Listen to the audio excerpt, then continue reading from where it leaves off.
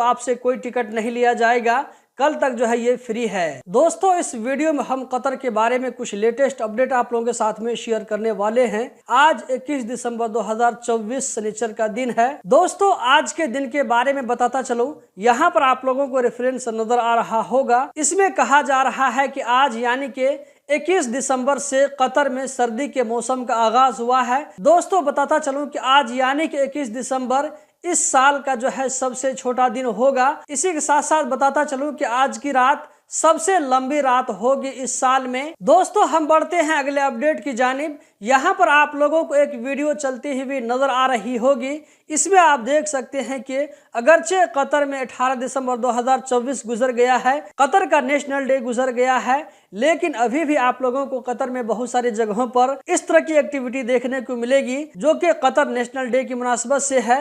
ये जो वीडियो आप लोगों को चलती हुई नजर आ रही है ये हजम मॉल की वीडियो है। हम बढ़ते हैं अगले अपडेट की जानिब। 18 दिसंबर की मुनासबत से आप लोगों के साथ में एक और इम्पोर्टेंट अपडेट शेयर करता चलूं, वो ये कि MOI कतर की तरफ से कहा गया है कि कतर में 65 ऐसे लोगों के खिलाफ कार्रवाई की गई है जिन्होंने नेशनल डे की मुनासबत से वायलेट किया था, रूल को तोड़ा था। इसी के साथ साथ यहाँ पर कहा जा रहा है कि 90 ऐसे माइनर्स यानी कि बच्चों के खिलाफ जो है कार्रवाई की गई। ये ऐसे बच्चे थे जो कि डिफरेंट नेशनैलिटी के थे, तो इनके खिलाफ इलीगल प्रैक्टिस और बिहेवियर जो कि नेशनल डे की मुनासबत से इन बच्चों की तरफ से देखने को मिला था, तो इनके खिलाफ भी कार्रवाई की गई। इसी तरह यहाँ पर कहा जा रहा है कि नेशनल डे की मुनासबत से 600 गाड़ियों के ड्राइवर के खिलाफ कार्रवाई की गई इलीगल बिहेवियर की वजह से। दोस्तों कतर में नेशनल डे के आने से पहले MOI कतर की तरफ से वार्न कर दिया गया था कि नेशनल डे की मुनासबत से हमको क्या नहीं करना है,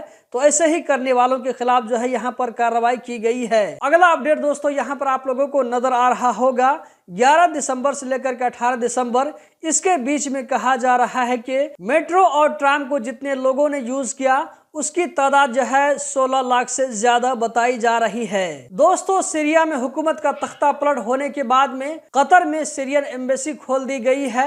यहाँ पर आप लोगों को रेफरेंस नजर आ रहा होगा।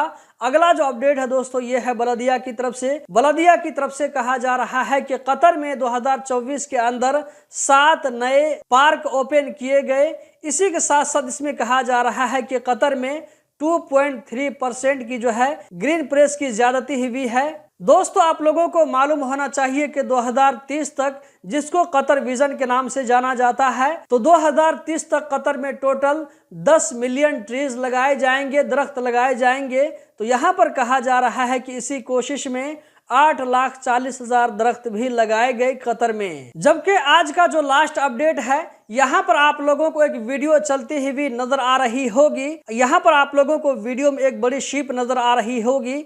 इस जो है शिप का नाम है अमेरिगो वेस्पुची। ये एक इटालियन शिप है। इसके बारे में कहा जा रहा है कि ये शिप अभी दोहा पोर्ट में मौजूद है। कल यानी कि 22 दिसंबर तक अगर आप इसमें घूमने के लिए जाना चाहते हैं, इस शिप को देखने के लिए जाना चाहते हैं, तो आपसे कोई टिकट नहीं लिया जाएगा। कल तक जो है ये फ्री है। दोस्तों इस वीडियो में इतना ही।